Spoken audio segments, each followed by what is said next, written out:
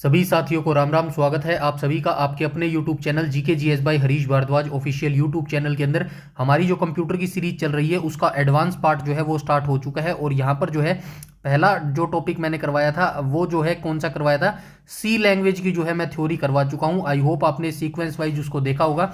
आज हम जो है उसी से रिलेटेड सी लैंग्वेज से रिलेटेड जो है टॉप 50 जो है एमसीक्यू यहाँ पर देखने वाले। यहाँ पर जो है हमारा सी लैंग्वेज कंप्लीट हो जाएगा। और मैं उम्मीद करता हूँ, आशा करता हूँ आपने इस चैप्टर को अच्छे से देखा होगा। अगर नहीं देखा तो देख लीजिएगा, क्योंकि मेरा ऐसा विश्वास है सी लैंग्वेज से जितने भी क्वेश्चन आपसे पूछे जाते हैं ना, इससे बाहर नहीं जाएंगे। थोड़ा सा विश्वास रखिएगा मेरे भाई, ठीक है। जितना निचोड़ होता है ना सी लैंग्वेज का, वो मैंने सारा यहाँ पर डाल दिया है। यहाँ पर मैं सिर्फ टोटल 50 क्वेश्चन डिस्कस करूंगा। और इसके लिए मैं ये सजेशन दूंगा, सिर्फ इन टॉप 50 जो क्वेश्चन है ना, इन पे डिपेंड मत रहना। इससे पहले जो मैं 18 पेजेस की पीडीएफ समरी दे चुका हूं ना वीडियो लेक्चर में, इससे पिछली वीडियोस में, वो कंप्लीट देख लेना। 2 से 3 बार देख लेना, पीडीएफ डाउनलोड करके रट्टा मार लेना, उससे बाहर नहीं जाएगा, ठीक है। क्योंकि यहाँ पर 50 क्वेश्चन है, हो सकता है कि उसका दायरा ज्यादा हो एग्जामिनर का, वो 100 क्वेश्चन बना के वहां से कोई भी लाइन उठा के पूछ ले। लेकिन मेरी जो पीडीएफ मैंने थ्योरी क्लास कराई है ना 18 पेजेस की, वहां से बाहर नहीं जाएगा, इतना मेरा विश्वास है मेरे भाई, ठीक है। वीडियो को पूरा देखना, जिससे आपके सारे डाउट्स क्लियर हो सके, आपको पता चल सके सी लैंग्वेज से कैसे क्वेश्चन पूछे जाते हैं, कितनी आपकी तैयारी है मेरे भाई, ठीक है। तो चलिए स्टार्ट कर लेते हैं आज के क्वेश्चन नंबर फर्स्ट के ऊपर।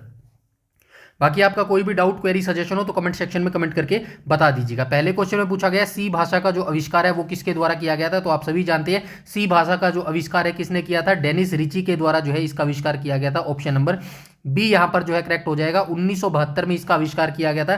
कौन सी लैब में किया गया था, AT&T लैब के अंदर किया गया था मेरे भाई, ठीक है। AT&T लैब के अंतर्गत अंदर जो है 1972 में डेनिस रिची के द्वारा जो है इसका आविष्कार किया गया था। नेक्स्ट क्वेश्चन पर चलते हैं, क्वेश्चन नंबर सेकंड को देख लेते हैं। क्वेश्चन नंबर सेकंड में क्या बोला गया, प्रोग्राम की सबसे छोटी स्वतंत्र इकाई यानी कि स्मॉलेस्ट इंडिविजिबल यूनिट को क्या कहते हैं। तो क्या कहते हैं भाई, सबसे छोटी जो इकाई होती है स्वतंत्र रूप से सी लैंग्वेज के अंदर, उसको क्या बोला जाता है, टोकन बोला जाता है मेरे भाई, ठीक है। ऑप्शन नंबर सी यहां पर जो है बिल्कुल करेक्ट हो जाएगा। और ये टोकन क्या होती है, जो शब्द और चिन्ह होते हैं ना, इन्हीं को तकनीकी रूप से क्या कहा जाता है, टोकन कहा जाता है मेरे भाई, ठीक है। यहां पर लिख देता हूं शब्द और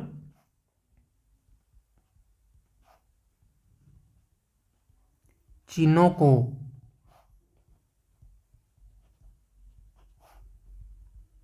तकनीकी रूप से टोकन कहते हैं मेरे भाई, ठीक है। यहां तक सारी चीजें क्लियर है, आई होप क्लियर हो गई होंगी। अब हम चलते हैं नेक्स्ट क्वेश्चन, क्वेश्चन नंबर 3 के ऊपर चलते हैं। 3 में क्या बोला गया है, सी भाषा में कुल कितने कीवर्ड्स होते हैं। तो आप सभी जानते हैं भाई बहुत सारे कीवर्ड जो है रिजर्व होते हैं। रिजर्व यानी कि उनका मतलब जो है पहले से ही फिक्स किया गया होता है मेरे भाई, ठीक है। आपने देखा होगा कौन कौन से रिजर्व होते हैं, जैसे कि एल्स जो है ये रिजर्व कीवर्ड हो गया, ठीक है। ऐसे ही बहुत सारे होते हैं, इफ हो गया, ठीक है, बहुत सारे होते हैं, ठीक है। मैंने पिछली थ्योरी क्लास में 32 के 32 कीवर्ड बताए थे और कहा था इन 32 कीवर्ड्स को अच्छे तरीके से दिमाग में बिठा लेना, क्योंकि वो 4 ऑप्शन देगा और कहेगा बताइए निम्नलिखित में से कौन सा एक रिजर्व वर्ड जो है नहीं है, माफ कीजिएगा रिजर्व कीवर्ड नहीं है मेरे भाई, ठीक है। तो 32 कीवर्ड हो जाएंगे। ऑप्शन नंबर सी यहां पर जो है बिल्कुल करेक्ट हो जाएगा क्वेश्चन नंबर सेकंड का मेरे भाई, ठीक है। आगे चलते हैं, क्वेश्चन नंबर 4 को देख लेते हैं। क्वेश्चन नंबर 4 में क्या बोला गया, तो क्वेश्चन नंबर 4 में बोला गया कैर डेटा टाइप मेमोरी में कितनी जगह लेता है। तो आप सभी जानते हैं कैर होता है, इंट होता है, फ्लोट होता है, डबल इंटीजर होता है, ठीक है। इन सभी की जो है मेमोरी साइज होता है और सभी का आपको याद रखना है, बहुत बार पूछा गया, कोई सा भी घुमा के पूछ लेता है मेरे भाई, ठीक है। तो यहाँ पे कैर की बात की गई है, तो ऑप्शन नंबर ए यहां पर जो है बिल्कुल करेक्ट हो जाएगा। तो ये जो कैर डेटा टाइप होता है ना, ये कितनी मेमोरी की जगह लेता है, तो 1 बाइट की जो है ये मेमोरी की जगह लेता है, एक सिंगल कैरेक्टर को स्टोर करने के लिए। यहां पे लिख देता हूं एक सिंगल कैर को स्टोर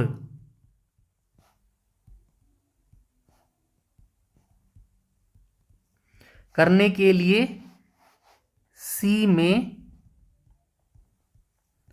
हमेशा 1 बाइट मेरे भाई, ठीक है, 1 बाइट की आवश्यकता होती है। 1 बाइट कितना होता है, 8 बिट्स होता है मेरे भाई, ठीक है। 8 बिट्स होता है, कैसे लिखेंगे, बिट्स ऐसे लिखेंगे, ठीक है। बिट्स की आवश्यकता होती है मेरे भाई, ठीक है। यहां तक सारी चीजें क्लियर हुई। क्वेश्चन नंबर 4 का right option option number A यहां पर हो जाएगा। नेक्स्ट क्वेश्चन पर चलते हैं, क्वेश्चन नंबर 5 के ऊपर चलते हैं।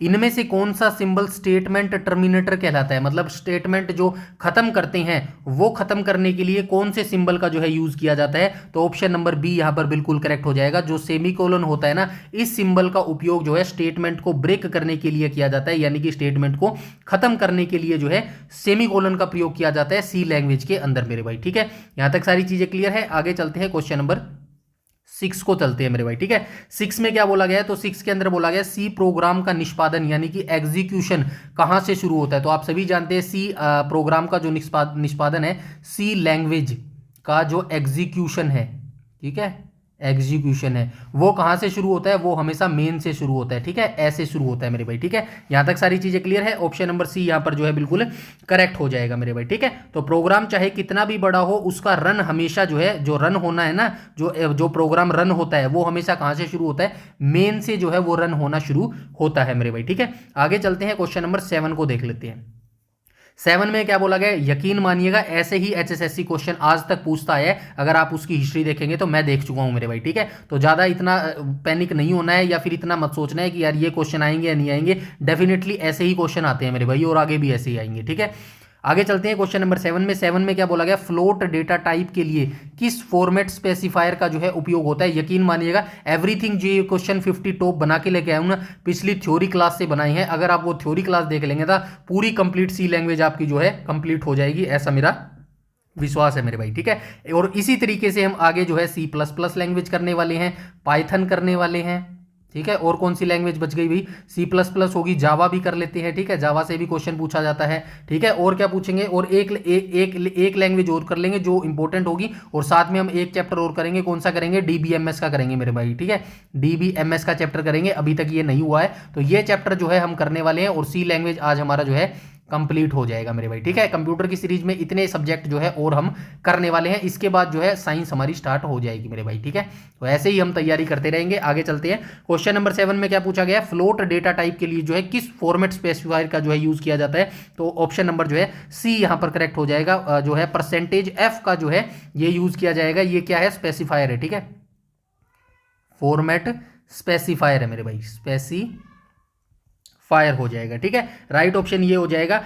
फ्लोट दशमलव जो पॉइंटिंग की संख्या होती है ना, जैसे कि 31.5 होगी, ऐसी संख्याओं को प्रिंट या इनपुट कराने के लिए किसका यूज होता है, %f का जो है ये उपयोग होता है मेरे भाई। ठीक है, यहाँ पे फ्लोट का मतलब क्या होता है, दशमलव संख्या होता है। किसी को नहीं पता, वैसे सबको पता होगा, आई नो वेरी वेल। ठीक है, लेकिन उनके लिए बता रहा हूँ, जो आर्ट्स वाले बच्चे होते हैं ना, जो आर्ट्स साइड होती है, उन्होंने कंप्यूटर मोस्टली नहीं पढ़ा होता है मेरे भाई। ठीक है, तो फ्लोट का मतलब क्या होता है, फ्लोट का मतलब होता है 3.14, या जो दशमलव की संख्या होती है ना, उनको क्या बोला जाता है कंप्यूटर की भाषा में, फ्लोट डेटा टाइप जो है बोला जाता है मेरे भाई। ठीक है, आगे चलते हैं, क्वेश्चन नंबर 8 को देख लेते हैं। क्वेश्चन नंबर 8 में क्या बोला गया, स्ट्रिंग के अंत को दर्शाने के लिए किस कैरेक्टर का उपयोग किया जाता है। बार बार बता चुका हूं एचएसएससी की, मतलब जो थ्योरी सेक्शन था ना, उसमें भी बताया था, एचएसएससी में बार बार ये क्वेश्चन पूछा गया है, आगे भी पूछा जाएगा, बार बार क्वेश्चन पूछा गया, इसीलिए इसको जो है रट्टा मार लो। ठीक है, इसका रट्टा मार लो, आपसे डायरेक्ट पूछेगा स्ट्रिंग के अंत को दर्शाने के लिए किस कैरेक्टर का जो है प्रयोग किया जाता है। तो किस कैरेक्टर का प्रयोग किया जाता है, जीरो का प्रयोग किया जाता है, /0। अब इसको जो है कंप्यूटर की लैंग्वेज में जो है जीरो नहीं बोलते, ये तो हम जो है रट्टा मार रहे हैं, हमें सिर्फ एक नंबर से मतलब है, इसीलिए मैं बता रहा हूं, इसको जीरो बोलते हैं। वैसे इसको जो है कंप्यूटर लैंग्वेज में या हिंदी में क्या बोलते हैं, नल वैल्यू बोलते हैं मेरे भाई। ठीक है, इसको क्या बोलते हैं, नल वैल्यू बोलते हैं मेरे भाई। ठीक है, तो स्ट्रिंग के अंत को दर्शाने के लिए नल वैल्यू यानी कि जीरो कैरेक्टर का जो है प्रयोग किया जाता है। आगे चलते हैं, क्वेश्चन नंबर 9 को देख लेते हैं। क्वेश्चन नंबर 9 में क्या बोला गया, तो क्वेश्चन नंबर 9 में बोला गया वह वेरिएबल जो दूसरे वेरिएबल का एड्रेस स्टोर करता है क्या कहलाता है। मतलब एक वेरिएबल जो है, यानी कि मैं आपके जो एड्रेस है उसको भी स्टोर कर लूंगा, तो मैं क्या कहलाऊंगा, मैं पॉइंटर कहलाऊंगा। ऑप्शन नंबर सी यहां पर जो है बिल्कुल करेक्ट हो जाएगा। पॉइंटर जो है एक वेरिएबल है जो वैल्यू के बजाय मेमोरी लोकेशन का जो है पता स्टोर करता है, ये इसकी डेफिनेशन हो जाएगी मेरे भाई। ठीक है, पॉइंटर की डेफिनेशन क्या हो जाएगी, पॉइंटर एक जो है वेरिएबल है जो वैल्यू के बजाय क्या स्टोर करता है, मेमोरी लोकेशन का पता जो है स्टोर करता है मेरे भाई। ठीक है, ऑप्शन नंबर सी करेक्ट हो जाएगा क्वेश्चन नंबर 9 का। इसके बाद हम चलेंगे क्वेश्चन नंबर 10 के ऊपर चलेंगे मेरे भाई। तो 10 में क्या बोला गया है, 10 के अंदर बोला गया कॉन्स्ट, ये CONST यानी कि कॉन्स्ट कीवर्ड का मुख्य कार्य क्या है। कॉन्स्ट का मतलब क्या होता है, कॉन्स्टेंट होता है मेरे भाई, ठीक है, कॉन्स्टेंट होता है। और कॉन्स्टेंट वर्ड की हिंदी सबको पता होगी। कॉन्स्टेंट क्या होता है, स्थिर होता है, यानी कि वो अपनी वैल्यू नहीं बदल सकता, वो हिल नहीं सकता। फॉर एग्जाम्पल जैसे हम पढ़ते हैं ना कि भाई हम क्या कर रहे हैं, स्टैटिक जीके पढ़ रहे हैं। स्टैटिक जीके का डाटा मतलब क्या होता है, स्टैटिक जीके का मतलब थोड़ी चेंज होएगा। अब जो अक्षांश रेखा है, देशांत रेखा है, वो थोड़ी चेंज हो सकती है, वो तो स्टैटिक ही रहेगी ना। तो ये स्टैटिक है। ऐसे ही जो है कंप्यूटर में कांस्टेंट होता है, इसको कैसे लिखा जाता है, इसको CONST ऐसे लिखा जाता है। अब इसका क्या मतलब है, वेरिएबल की वैल्यू बदलना, ये तो नहीं होगा। वैल्यू को स्थिर फिक्स करना, मेमोरी को खाली करना नहीं होगा, इनपुट लेना नहीं होगा। ऑप्शन नंबर बी यहां पर जो है बिल्कुल करेक्ट हो जाएगा, क्वेश्चन नंबर 10 का मेरे भाई, ठीक है। आगे चलते हैं, क्वेश्चन नंबर 11 को देख लेते हैं। क्वेश्चन नंबर 11 में क्या बोला गया, तो क्वेश्चन नंबर 11 के अंदर बोला गया है अनसाइंड इंटीजर को प्रिंट करने के लिए किस फॉर्मेट स्पेसिफायर का उपयोग होता है। तो %u का जो है यूज होता है, किसको दर्शाने के लिए, अनसाइंड इंटीजर को प्रिंट करवाने के लिए मेरे भाई, ठीक है।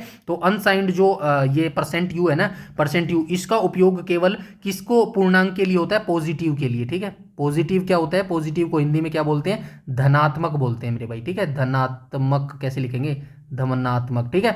धनात्मक पॉजिटिव पूर्णांकों के लिए होता है। जबकि %d जो होता है ना, %d आपने देखा होगा, %d होता है, ये क्या होता है, ये प्लस माइनस दोनों के लिए होता है मेरे भाई, ठीक है। ये प्लस और माइनस दोनों के लिए होता है, ठीक है। ये दोनों के लिए होता है। लेकिन ये जो %u है ना, ये केवल जो है पॉजिटिव धनात्मक, मतलब यहां पे देखा ना आप, ये प्लस, ये क्या होता है, पॉजिटिव होता है, ये माइनस क्या है, ये नेगेटिव है। मतलब जो %d है ये तो दोनों के लिए होगा, प्लस और माइनस दोनों के लिए। लेकिन ये जो %u है ना, इसको क्या बोलते हैं, अनसाइंड इंटीजर बोलते हैं। और इसको प्रिंट कराने के लिए जो है जो फॉर्मेट स्पेसिफायर होता है ना, वो जो %u उसका नाम होता है। और ये केवल पॉजिटिव धनात्मक होता है, ये नेगेटिव नहीं होता है। यहां तक आई बात समझ में। इसके बाद हम चलते हैं क्वेश्चन नंबर 12 को देख लेते हैं। क्वेश्चन नंबर 12 में क्या बोला गया है, तो सी भाषा में डबल डेटा टाइप मेमोरी को कितनी जगह साइज घेरता है। जो सी लैंग्वेज के अंदर डबल डेटा टाइप होता है, ये कितनी मेमोरी जो है घेरता है, यानी कि कितनी मेमोरी जो है स्टोर करके रखता है। तो क्वेश्चन नंबर 12 का राइट ऑप्शन क्या हो जाएगा, ऑप्शन नंबर सी यहां पर राइट हो जाएगा। 8 बाइट जो है ये मेमोरी घेर कर रखता है भाई, ठीक है। डबल डेटा टाइप जो होता है फ्लोट से ये बड़ा होता है, ठीक है। डबल डेटा टाइप क्या होता है, फ्लोट से बड़ा होता है। और मेमोरी की बात करूं तो 8 बाइट्स जो है ये मेमोरी लेता है मेरे भाई, ठीक है। यहां तक सारी चीजें क्लियर है। आगे चलते हैं भाई, क्वेश्चन नंबर कौन सा आ जाएगा, 13 आ जाएगा मेरे भाई, ठीक है।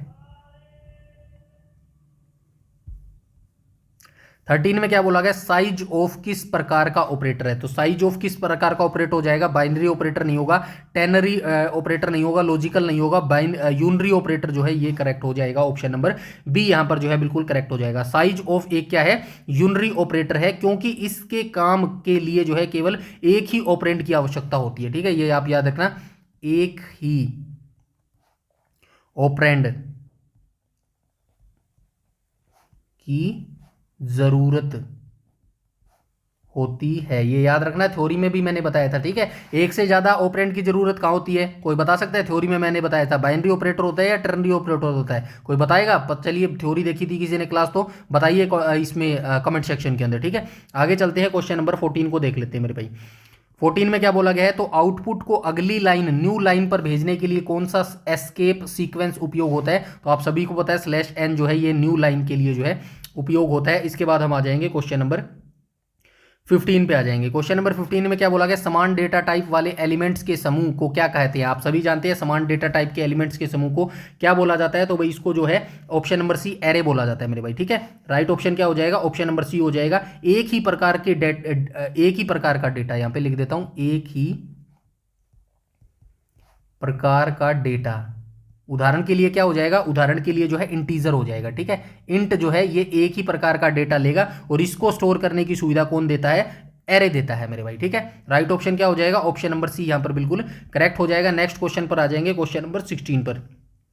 16 में क्या बोला गया है, अलग अलग data types, different data types को एक ही नाम के अंतर्गत रखने को क्या कहा जाता है। यानी कि डिफरेंट डेटा टाइप को एक ही नाम के अंतर्गत रखने को क्या कहा जाता है। तो ऑप्शन नंबर बी आ जाएगा, स्ट्रक्चर इसको जो है बोला जाता है भाई। स्ट्रक्चर को कैसे लिखते हैं, ये ऐसे तो ये अपना इंग्लिश वर्ड हो गया, ठीक है। इसको कैसे लिखते हैं, ये गलत लिख दिया मैंने,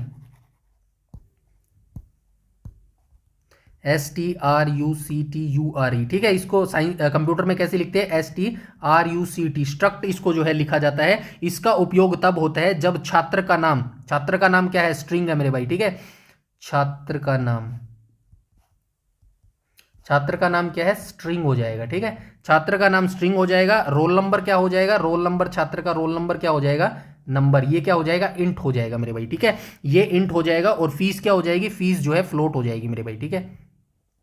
फीस क्या हो जाएगी, ये फ्लोट हो जाएगी मेरे भाई, ठीक है। यहां तक सारी चीजें क्लियर है। इनको एक साथ जोड़ना हो तो आप क्या करेंगे, स्ट्रक्चर का उपयोग करेंगे। सिंपल सी चीज है मेरे भाई, आई बात समझ में। यहां तक सारी चीजें क्लियर है। आगे चलते हैं, क्वेश्चन नंबर 17 को देख लेते हैं मेरे भाई, ठीक है। 17 में क्या बोला गया, स्ट्रक्चर और यूनियन के बीच मुख्य अंतर क्या है। तो स्ट्रक्चर और यूनियन के बीच मुख्य अंतर क्या हो जाएगा, मेमोरी मैनेजमेंट का हो जाएगा। ऑप्शन नंबर सी यहां पर बिल्कुल करेक्ट हो जाएगा, ठीक है। स्ट्रक्चर हर मेंबर को अलग अलग मेमोरी देता है मेरे भाई, ठीक है। ये जो स्ट्रक्चर है ना, स्ट्रक्चर ये हर मेंबर को अलग अलग मेमोरी देता है। जबकि ये जो यूनियन है ना, यूनियन ये यूनियन के जो सभी मेंबर्स होते हैं वो एक ही मेमोरी जो है एड्रेस को साझा करते हैं, शेयर करते हैं। ये अंतर है मेरे भाई, ठीक है। स्ट्रक्चर और यूनियन में क्या अंतर है, मेमोरी मैनेजमेंट का अंतर है मेरे भाई, ठीक है। आगे चलते हैं, क्वेश्चन नंबर 18 को देख लेते हैं। ऐसे घबराने वाली बात नहीं है। ये क्वेश्चन कैसे आ गया, कहां से आ गया, यकीन मानिएगा 18 पेजेज की जो मैंने आपको पीडीएफ दी है ना, उसको रट्टा मार लो, घोट के पी लो, खा लो, चबा लो, कुछ ही कर लो, इसको कर लेना। मेरा ऐसा मानना है, यहां से क्वेश्चन बाहर नहीं जाएगा, बार बार बता रहा हूं, ठीक है। चलिए आगे चलते हैं, क्वेश्चन नंबर 18 को देख लेते हैं। एरे का इंडेक्स हमेशा किस संख्या से शुरू होता है। तो एरे का जो इंडेक्स है वो हमेशा कहां से शुरू होता है, एक से होता है, माइनस एक तो जीरो होता है, जीरो से होता है, या फिर यूजर की मर्जी से होता है। ये भी थ्योरी का ही क्वेश्चन है। ऑप्शन नंबर सी यहां पर बिल्कुल करेक्ट हो जाएगा, ठीक है। सी भाषा में जो है एरे की जो गिनती होती है, इंडेक्सिंग होती है, हमेशा से जो है जीरो से शुरू होकर जो है साइज -1 तक जाती है। ये भी आप याद रखना, जीरो से शुरू होकर कहां तक जाती है, साइज -1 तक जाती है, ठीक है। -1 तक जो है ये जाती है। आगे चलते हैं, क्वेश्चन नंबर 19 को देख लेते हैं। 19 में क्या बोला गया, वोलेटाइल कीवर्ड का क्या अर्थ है। तो वोलेटाइल कीवर्ड का अर्थ क्या हो जाएगा, वैल्यू बाहरी हार्डवेयर द्वारा जो है बदली जा सकती है मेरे भाई, ठीक है। जो ये वोलेटाइल होता है ना, वोलेटाइल यहां पे लिख देता हूं, वोलेटाइल VOLATILE, ठीक है। VATILE आ जाएगा ना, ठीक है। जो ये वोलेटाइल होता है, ये क्या करता है, कंपाइलर को बताता है कि वेरिएबल का मान किसी भी समय प्रोग्राम के बाहर से बदला जा सकता है। सिंपल सी चीज है मेरे भाई, ठीक है। वोलेटाइल जो कीवर्ड होता है ना, ये जब वोलेटाइल कीवर्ड आप लगाएंगे तो ये कंपाइलर को क्या कहेगा, ये कंपाइलर को कहेगा कि वेरिएबल का मान किसी भी समय प्रोग्राम के बाहर से बदला जा सकता है। सिंपल सी चीज है, ठीक है। रट्टा मार लो, नहीं समझ आ रहा तो। क्वेश्चन नंबर 20 में क्या कहा गया है, क्वेश्चन नंबर 20 में टाइप डेफ की बात किया गया है। ये भी एक कीवर्ड है, ठीक है। अभी जो हमने बात किया था ना, सी लैंग्वेज में कितने कीवर्ड्स होते हैं, 32 कीवर्ड होते हैं, ठीक है।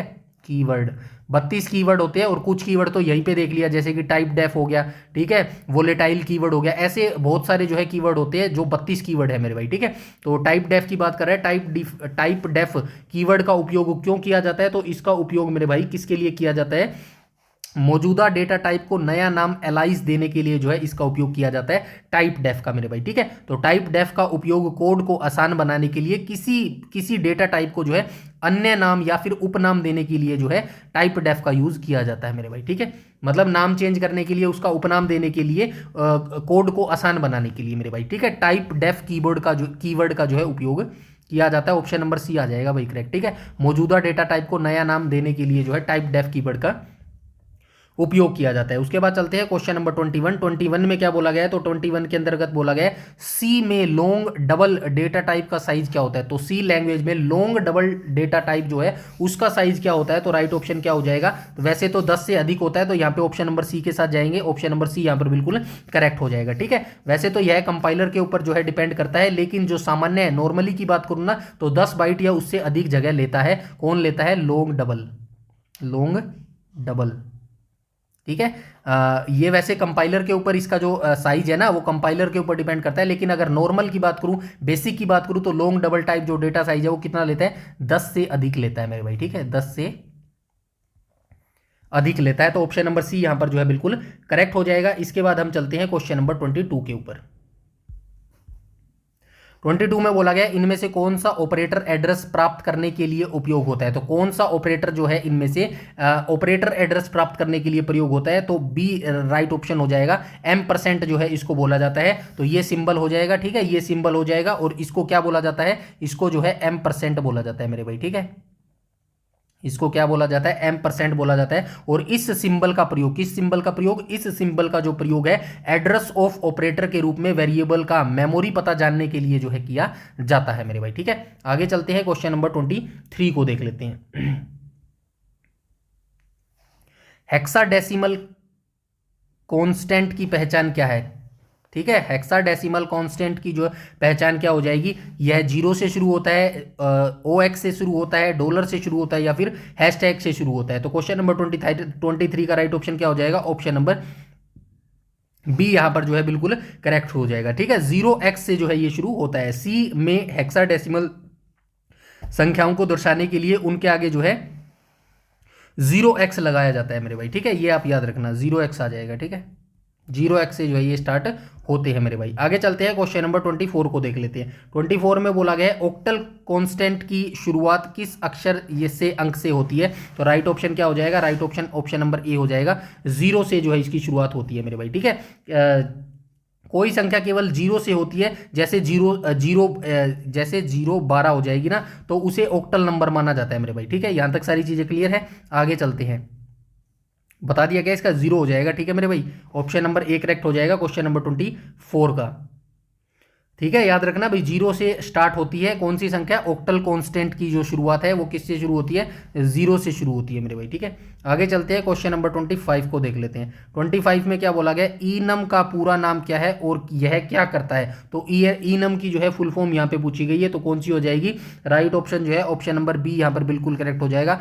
Enumeration user defined integer constant जो है ये बनाता है मेरे भाई, ठीक है। इनम का जो प्रयोग है शब्दों को अंकों का मान, जैसे संडे इक्वल 0, ठीक है, बता देता हूं यहाँ पे संडे, सिंपल सा जो मैं बोल रहा हूं ना उसको समझो। इनम जो ये लिखा है ना, यहां पे लिख देता हूं इनम, इसका प्रयोग, ठीक है, इनम का प्रयोग शब्दों को अंकों का मान देने के लिए होता है, ठीक है, का प्रयोग शब्दों को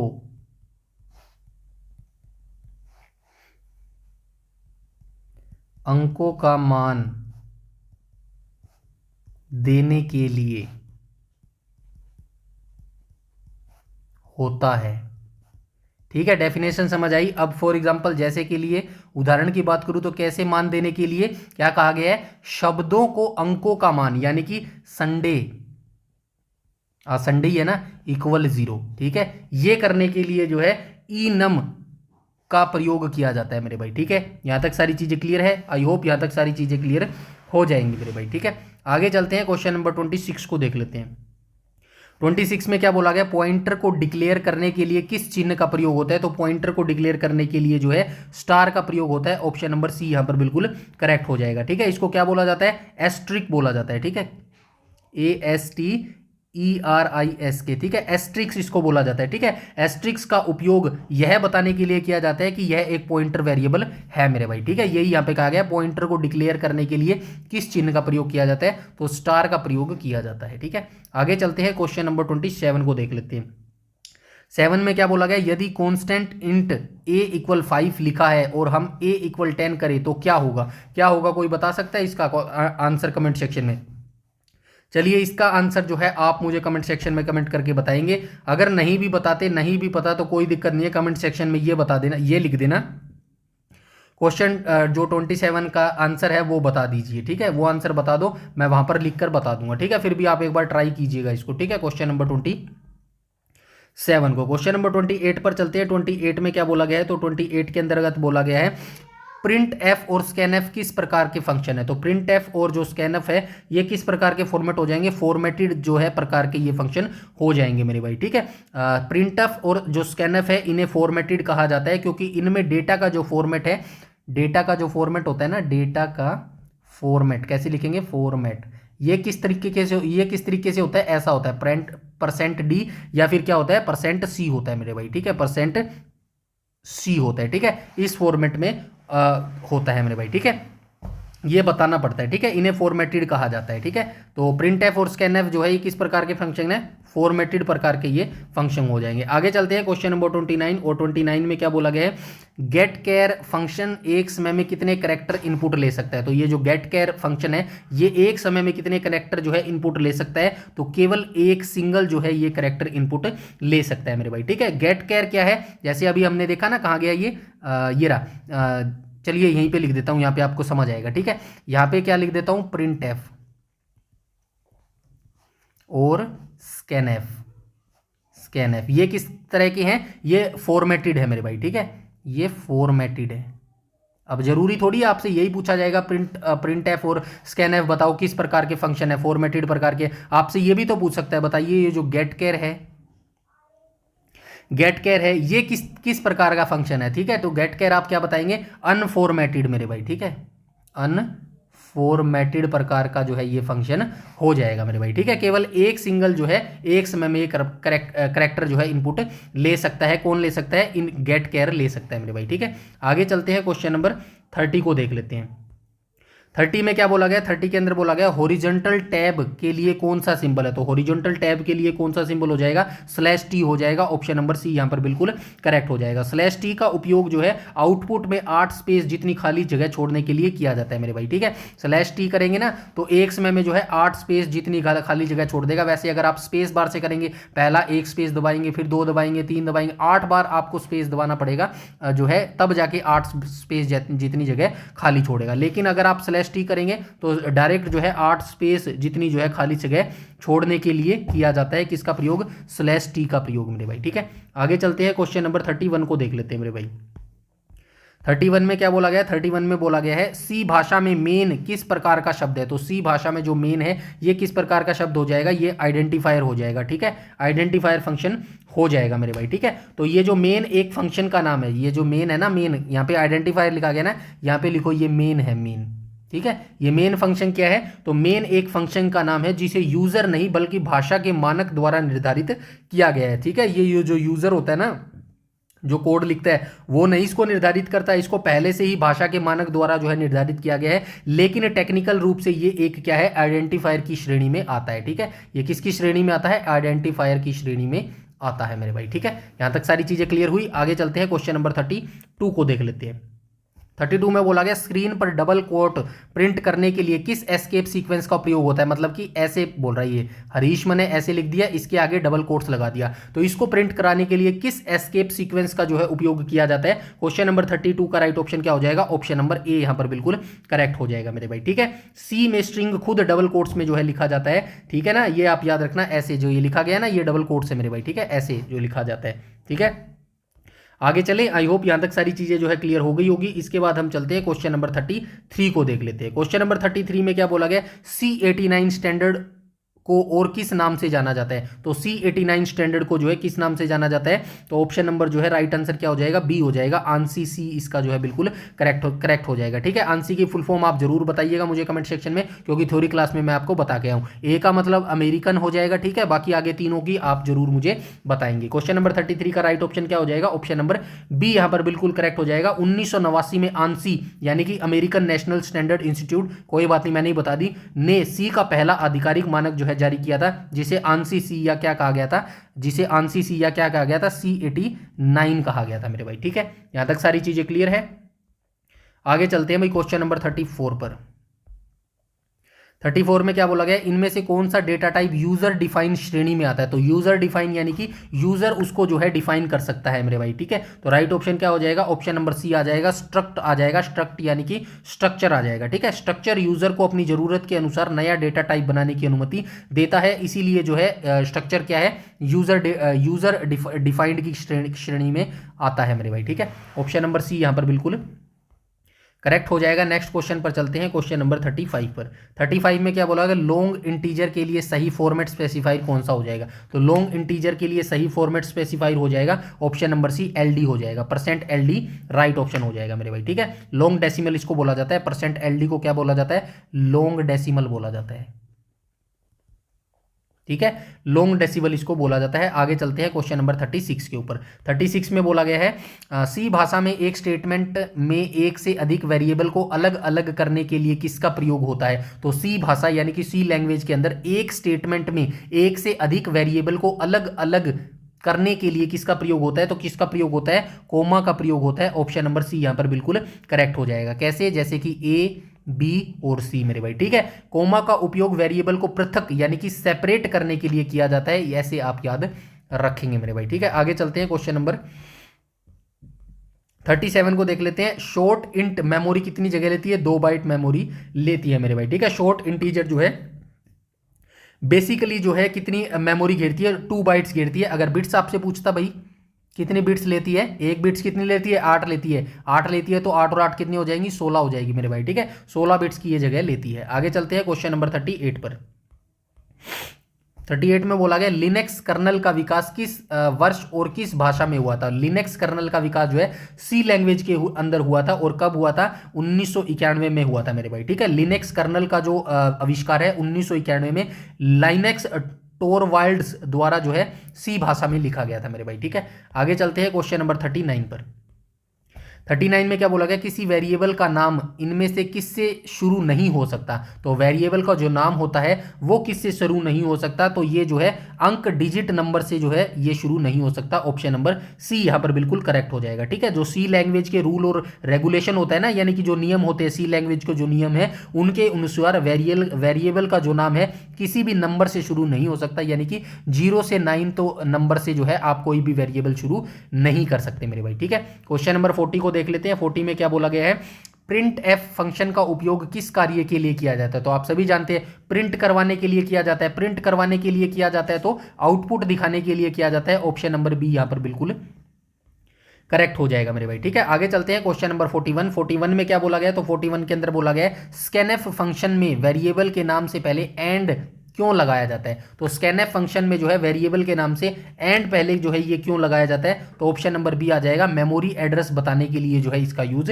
किया जाता है मेरे भाई। ठीक है, कंपाइलर को बताता है, कौन बताता है, ये बताता है, ये सिंबल जो है ना ये कंपाइलर को बताता है कि इनपुट की गई जो वैल्यू, जो भी वैल्यू इनपुट करते हैं ना मेमोरी के किस पते पर स्टोर उसको जो है करना है मेरे भाई। ठीक है, यहां तक सारी चीजें क्लियर है। आगे चलते हैं क्वेश्चन नंबर 42 को देख लेते हैं। 42 में क्या बोला गया, फ्लोट और डबल में मुख्य अंतर क्या है। तो फ्लोट और डबल में मुख्य अंतर क्या हो जाएगा, फ्लोट डबल में दशमलव के बाद अधिक सटीकता जो है होती है। ऑप्शन नंबर बी यहां पर बिल्कुल करेक्ट हो जाएगा मेरे भाई। ठीक है, तो एक्सप्लेनेशन, इसका शॉर्ट एक्सप्लेनेशन अगर मैं आपको बताऊं, डबल की क्षमता कितनी होती है, 8 बाइट होती है मेरे भाई। ठीक है, यहां पर लिख देता हूं डबल।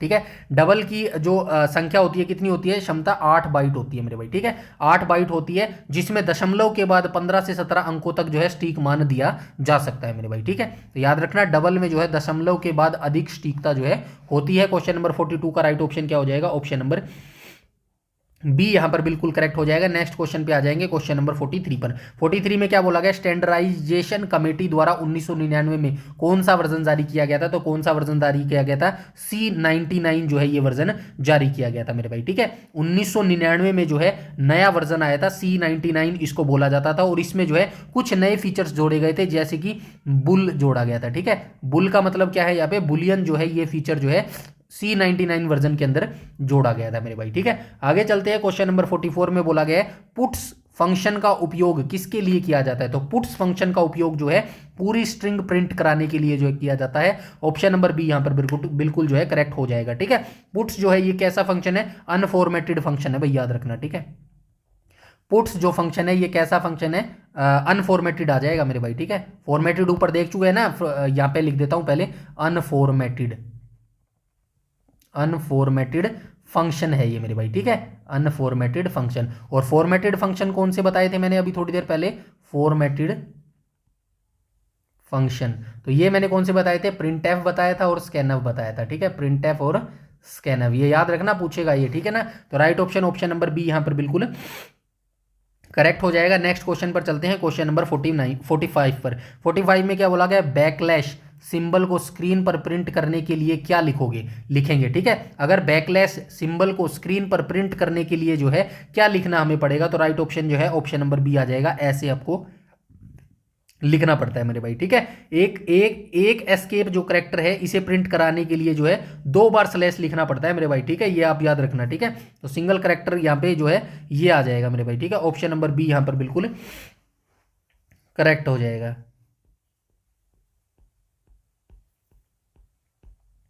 इसके बाद चलते हैं क्वेश्चन नंबर 46 पर।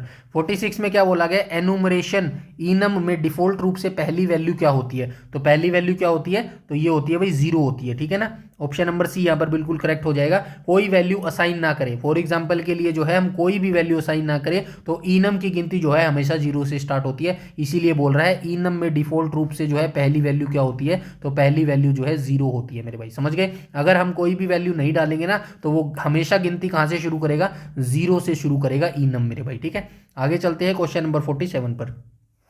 47 में क्या बोला गया, प्री प्रोसेसर डायरेक्टिव्स हमेशा किस सिंबल से शुरू होते हैं, हैशटैग से जो है ये शुरू होते हैं मेरे भाई, ठीक है। हैश सिंबल कंपाइलर को बताता है, हैश जो सिंबल है ना, ये जो सिंबल है ये कंपाइलर को क्या बताता है कि लाइन कंपाइल होने से पहले प्रोसेस की जानी है, जैसे हैशटैग इंक्लूड मेरे भाई, ठीक है। ये लिखा है ना इंक्लूड, ये बताता है मेरे भाई, ठीक है। यहां तक सारी चीजें क्लियर है। आगे चलते हैं क्वेश्चन नंबर 48 पर। 48 में क्या बोला गया है, तो 48 में बोला गया है क्या सी भाषा में व्हाइट स्पेस खाली जगह को कंपाइलर पढ़ता है, नहीं, इग्नोर करता है। डायरेक्ट क्वेश्चन है थ्योरी क्लास से मेरे भाई, ठीक है। सी कंपाइलर जो है ना, जो सी कंपाइलर होता है कोड के बीच की फालतू की जगह को जो है नजरअंदाज कर देता है मेरे भाई, ठीक है।